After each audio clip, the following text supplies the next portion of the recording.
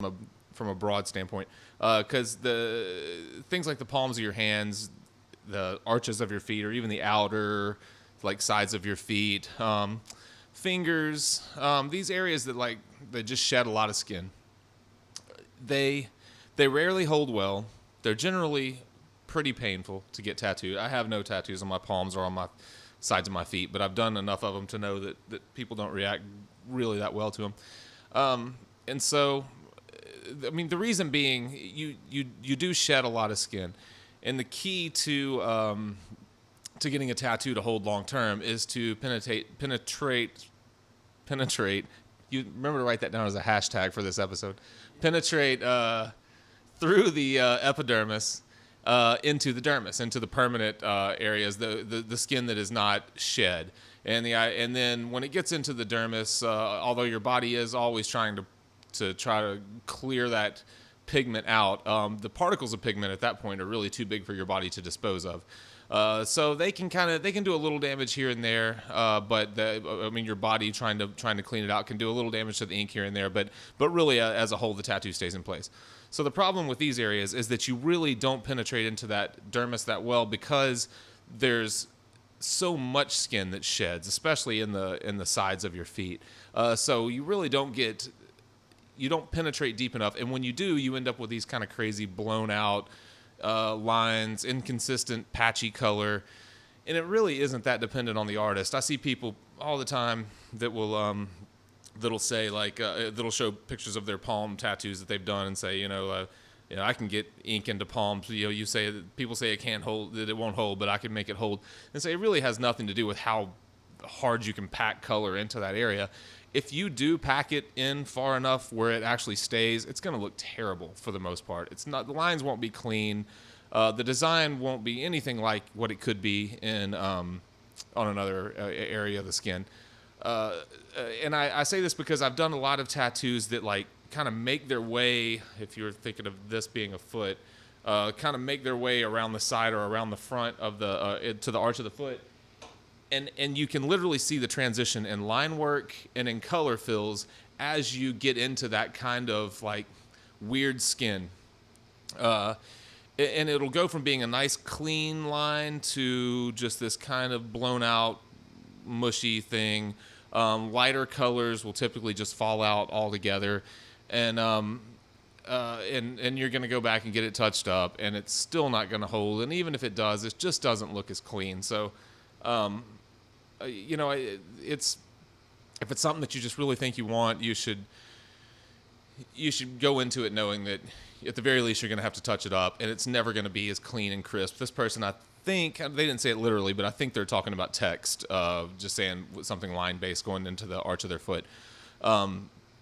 It's never going to look good. I mean, text is so dependent on clean, crisp edges, really fine points and things like that, and you lose all of that getting into that weird skin, whether it's the side or arch of a foot or a palm or whatever it is. Pain wise, like I said, I can't speak from experience, but it's pretty tender from all the work that I've done. I've never seen anyone sit through either a palm tattoo or a tattoo that goes down into the arch of their foot and not grimace at all and act like there's nothing to it. That said, get your tattoos where you want them. You will most likely not get any kind of guarantee or warranty. I know our shop doesn't guarantee anything on the hands or feet. And that's even the tops of the hands and the tops of the feet, although, for the most part, I rarely have trouble with anything on the tops of the hands or feet. As a matter of fact, that's some of my favorite places to tattoo. I really feel like I can get nice, clean lines and bold color in, and I think they heal well, and for the most part, hold up pretty well. Hands not as well as feet because they're so subject to sun damage, and just just weathered. People's hands just get weathered more than other parts of their body. What else on that? I mean, get it if you want it. You're gonna have to pay for the touch up, and you probably won't be real happy with it, regardless. That's it. That's what I'm gonna call segment number 1. It's all 30 seconds of it. I'll move a lot faster when David isn't bitching. See you guys in a few minutes. It was 8 minutes. Was it?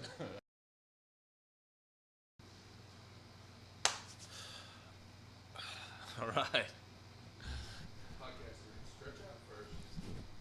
First rule of podcasting: don't get a podcast cramp. It's the worst kind. And,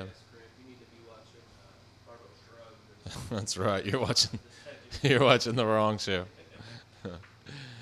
And we're back. That was David's line. I did. Huh? Yeah. It's the. I mean, you can just probably watch the.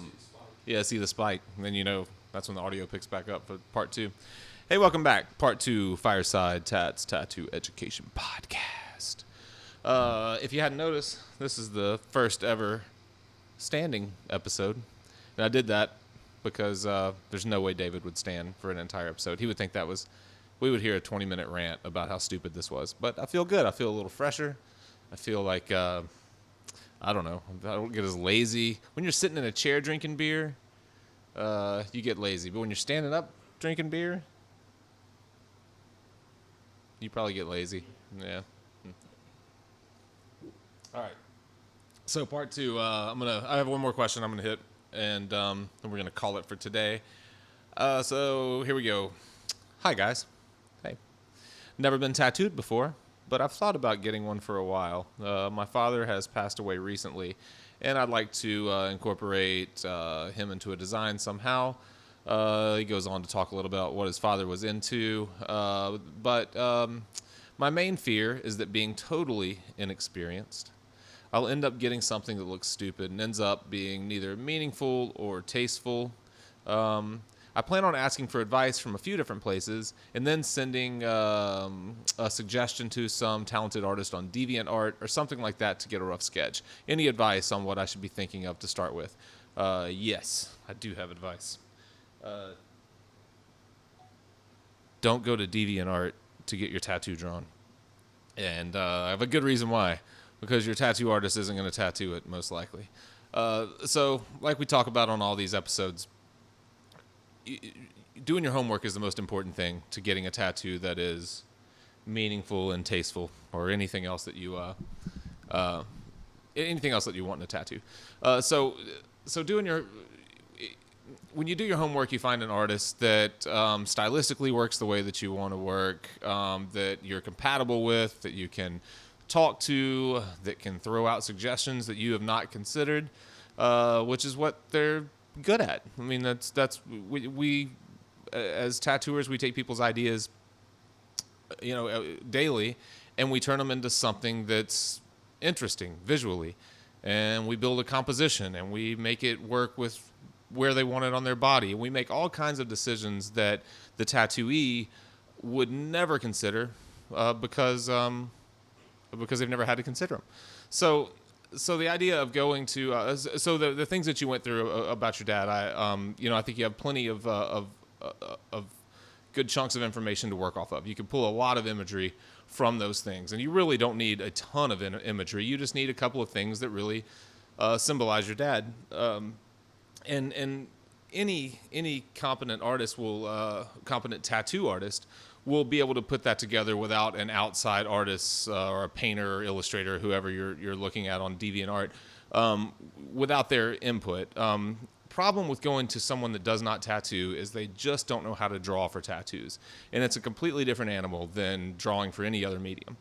The skin's weird, and the contours of the body are weird, and people that paint on flat canvases or draw on illustration board, they're just not prepared for it.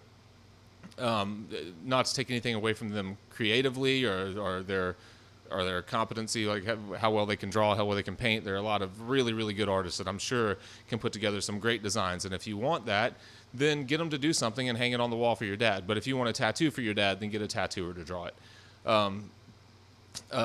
So outside of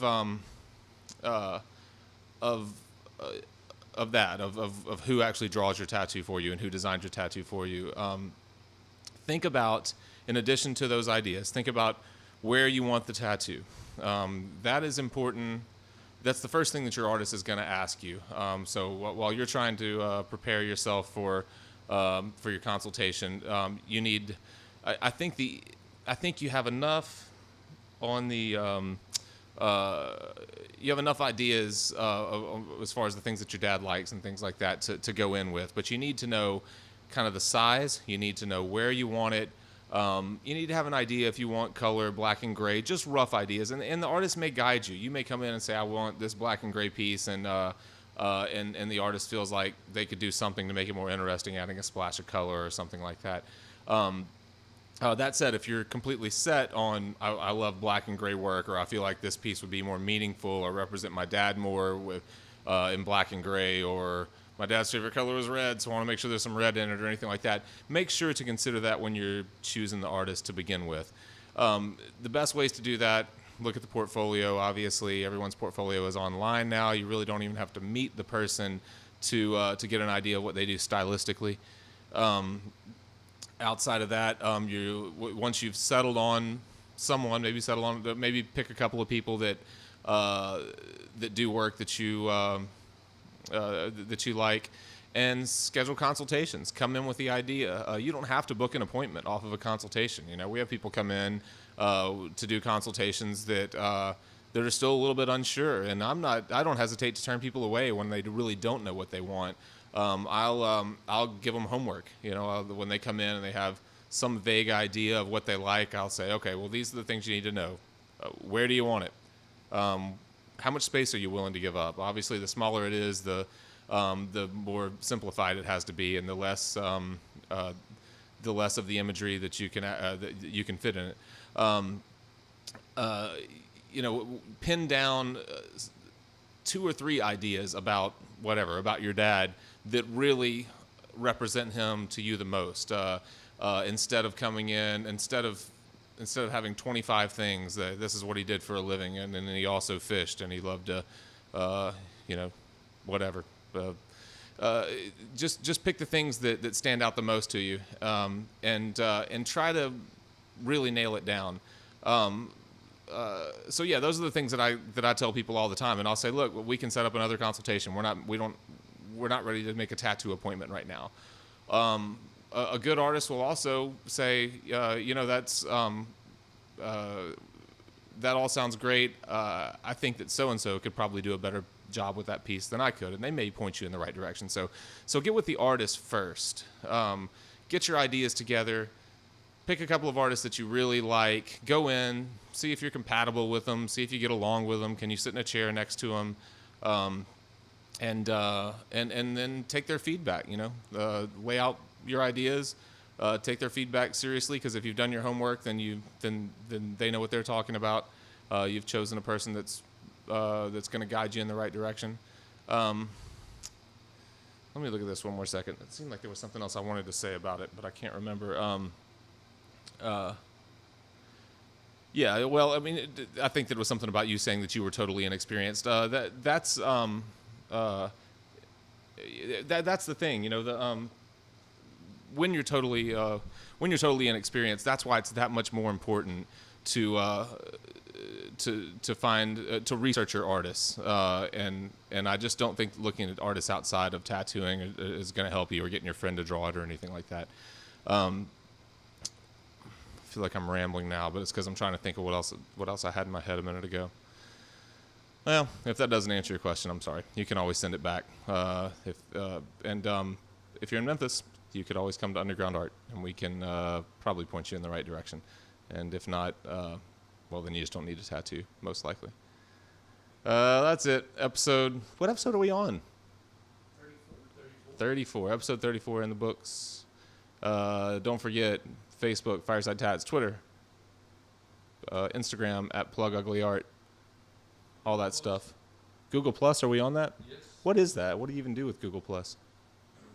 We're on Google Plus. Sweet. Check us out on Google Plus, and then tell us how to use it.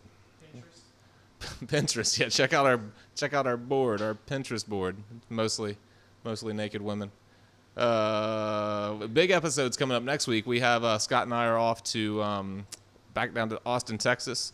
Going to podcast with a couple of tattoo rock stars. It's going to be awesome, I hope. I don't know, they're both kind of quiet. We'll see. I may just sit and talk the whole time.